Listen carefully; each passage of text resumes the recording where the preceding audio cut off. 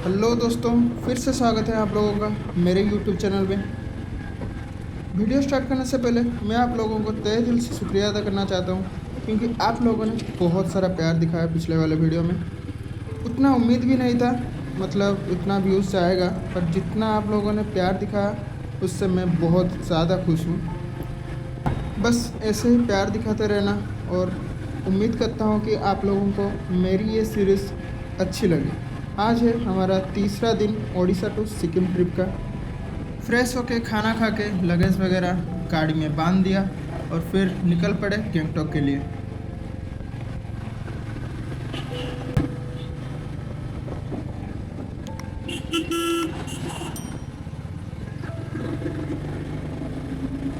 रास्ते बीच बीच में ख़राब भी आ रहे थे। उससे देखकर यह तो पता चल रहा था कि मानो जैसे मैं नज़र ही लगा रहा हूँ कि जब भी मैं रास्ता अच्छा बोलूँ तभी तभी ख़राब रास्ते आ रहे हैं। फिर भी कर क्या सकते हैं, आगे बढ़ते जा रहे थे हम लोग।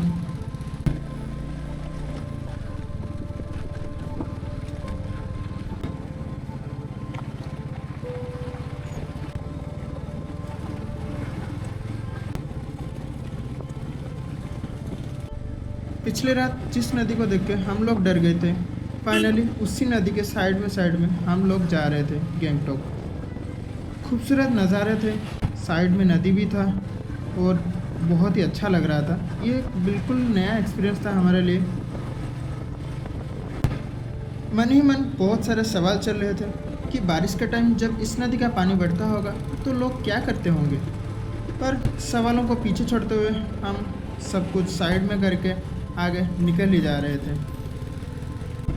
खूबसूरती से भरा हुआ ये नज़ारे बार बार अपनी ओर मेरी नज़र खींच रहे थे, पर फिर भी अपने आप को कंट्रोल करके फोकस किया रास्ते पर और गाड़ी चलाने पर इस नज़ारे को देखकर मैं बहुत खुश हो गया। नदी के साइड में इतने बड़े बड़े घर और नेचर से घिरा हुआ ये जगह कितना ही खूबसूरत है।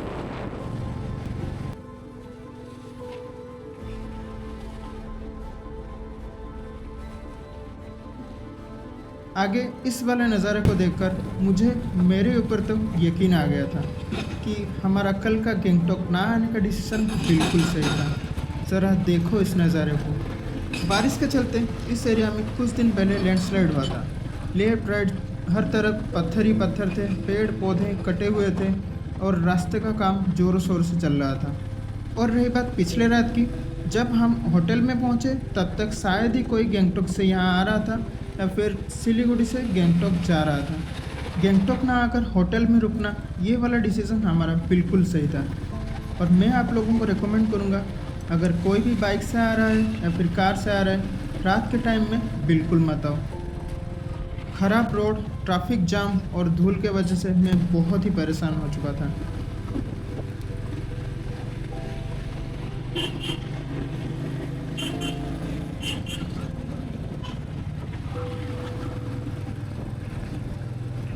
फाइनली बहुत देर बाद एक अच्छा रोड मिला और नज़ारे और ज़्यादा बेहतर हो रहे थे। चारों तरफ से हम हरियाली से घिरे हुए थे बिल्कुल।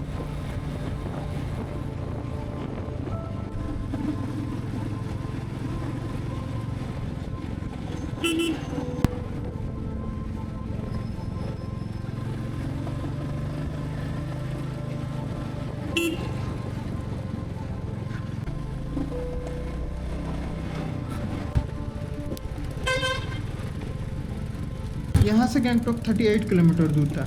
जितना करीब होते जा रहे थे, एक्साइटमेंट हम लोगों का उतना ही ज़्यादा बढ़ रहा था।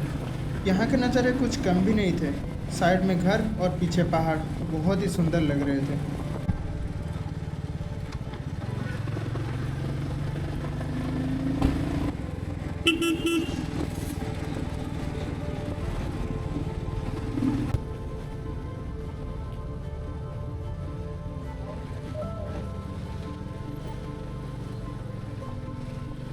और फिर आगे वो दिखा जिसको देखकर हम लोग बहुत खुश हो गए थे। Welcome to Sikkim. यहाँ पर थोड़ी देर रुककर फोटोज क्लिक किए और फिर निकल पड़े गंगटोक के लिए।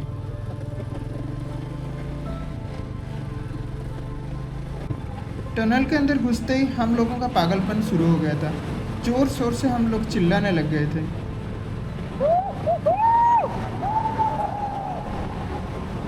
ये पागलपन हम लोग इसलिए कर रहे थे क्योंकि हम बहुत ही ज़्यादा खुश थे।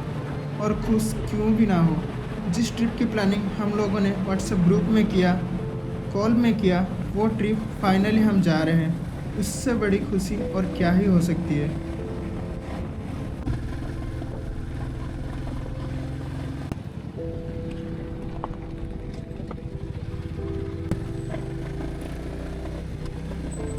फाइनली 11 बजे हम लोग पहुंच गए गैंगटॉक। और गैंगटॉक पहुंचते ही हम सबसे पहले चले गए परमिट बनाने के लिए। पर यहीं पर हम लोगों का बहुत बड़ा घाटा हो गया। परमिट ऑफिस में जाके पता चला कि नॉर्थ सिक्किम बिल्कुल क्लोज है और नाथुला पास के लिए परमिट आज नहीं, हमें कल मिलेगा। यह सब सुनने के बाद हम लोगों का दिमाग काम करना ही बंद कर दिया था। क्या करेंगे कुछ भी समझ में नहीं आ रहा था। फिर हमने एक एजेंसी से कॉन्टैक्ट किया और अगले दिन के लिए हमने परमिट अप्लाई की। परमिट अप्लाई करने के लिए गाड़ी अपने नाम में होना बहुत ज़रूरी है और पान कार्ड और वोटर आई डी कार्ड ही चलता है यहाँ पर। आधार कार्ड का यहाँ कोई भी वैल्यू नहीं है। और एक बहुत ज़रूरी बात, अगर आप लोग बाइक से आ रहे हैं तो शूज़ पहनना और हेलमेट पहनना मत भूलना, क्योंकि वीडियो में जैसे देख रहे हैं वो पुलिस वाला सामने ओजू को देख रहा था क्योंकि ओजू ने चप्पल पहना था और उसके चलते वो हमें आगे जाके रोक लेते हैं। बहुत समझाने के बाद और डॉक्यूमेंट्स वगैरह दिखाने के बाद फाइनली उन्होंने हमें छोड़ दिया। उसके बाद हम चले गए होटल ढूंढने। बहुत टाइम ढूंढने के बाद हमें एक उड़ीसा का बंदा मिला जिसका वहाँ एक होटल था, तो बस उसके ही होटल में रुक गए।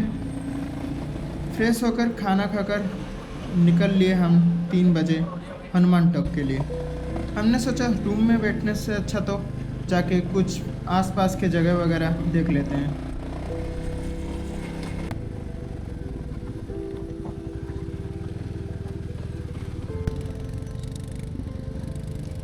रास्ते भर गाड़ियों को देख के ऐसा लग रहा था कि हनुमान टॉक बस हम ही जा रहे थे, सब लोग रिटर्न कर रहे थे। बाद में पता चला कि वो लोग सब नाथुला पास से आ रहे हैं, पर हमें क्या, हमें तो हनुमान टॉक जाना था।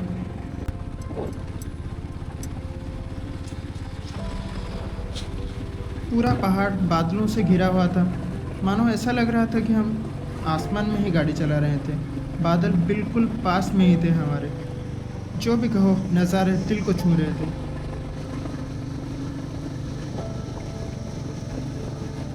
और यहाँ पर हमने कर दी एक छोटी सी गलती। हमें जाना था हनुमान टॉक, जिसका रास्ता लेफ्ट वाले रोड में था। गलती से हम लोग चेक पोस्ट क्रॉस करके नाथुला पास की ओर बढ़ने लग गए थे और ये बात हम लोगों को बिल्कुल भी पता नहीं था। थोड़ी ही दूर जाने के बाद प्रीतिश ने हमें बोला कि हम लोग गलत रास्ते में आ गए हैं, इसलिए फिर से गाड़ी घुमाया और पीछे की ओर चलने लग गए। यहाँ पर मैंने बुबू को अपना कैमरा का एंगल सेट करने के लिए बोला ताकि व्यू और ज़्यादा अच्छा आ सके। पुलिस वाले अंकल से बात हुई और फिर हम निकल पड़े। हनुमान टॉक के रास्ते में एंटर करते ही हमें लग रहा था कि कहीं हम किसी अलग दुनिया में तो नहीं आ गए।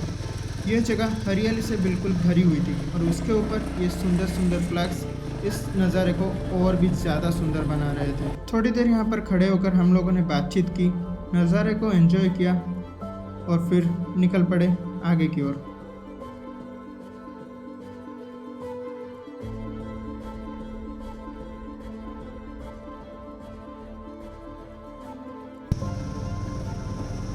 रास्ते ऊपर जा ही रहे थे और जितना ऊपर हम जा रहे थे उतना ज़्यादा धुआं धुआं हो रहा था इलाका। एक पल के लिए ऐसा लगा इतना ऊपर चले जाएं कि भगवान के पास ही ना पहुंच जाएं। और फाइनली हम भगवान जी के पास पहुंच गए। वहाँ ऊपर फ़ोन और कैमरा वगैरह अलाउ नहीं था, इसलिए ज़्यादा वीडियो वगैरह मैं बना नहीं पाया। फ़ोन और कैमरा वगैरह नीचे ही रखकर हम चले गए दर्शन करने के लिए। कुछ टाइम बाद बारिश भी शुरू हो गया था। बारिश खत्म होने के बाद हम चले गए होटल, क्योंकि बिल्कुल थक चुके थे हम लोग और ज़्यादा घूमने का मन भी नहीं कर रहा था। तो बस आज के लिए इतना ही। मिलते हैं एक और नए दिन के साथ और एक नई वीडियो के साथ। अगले वाला वीडियो बहुत ही अच्छा होगा। जय जगन्नाथ।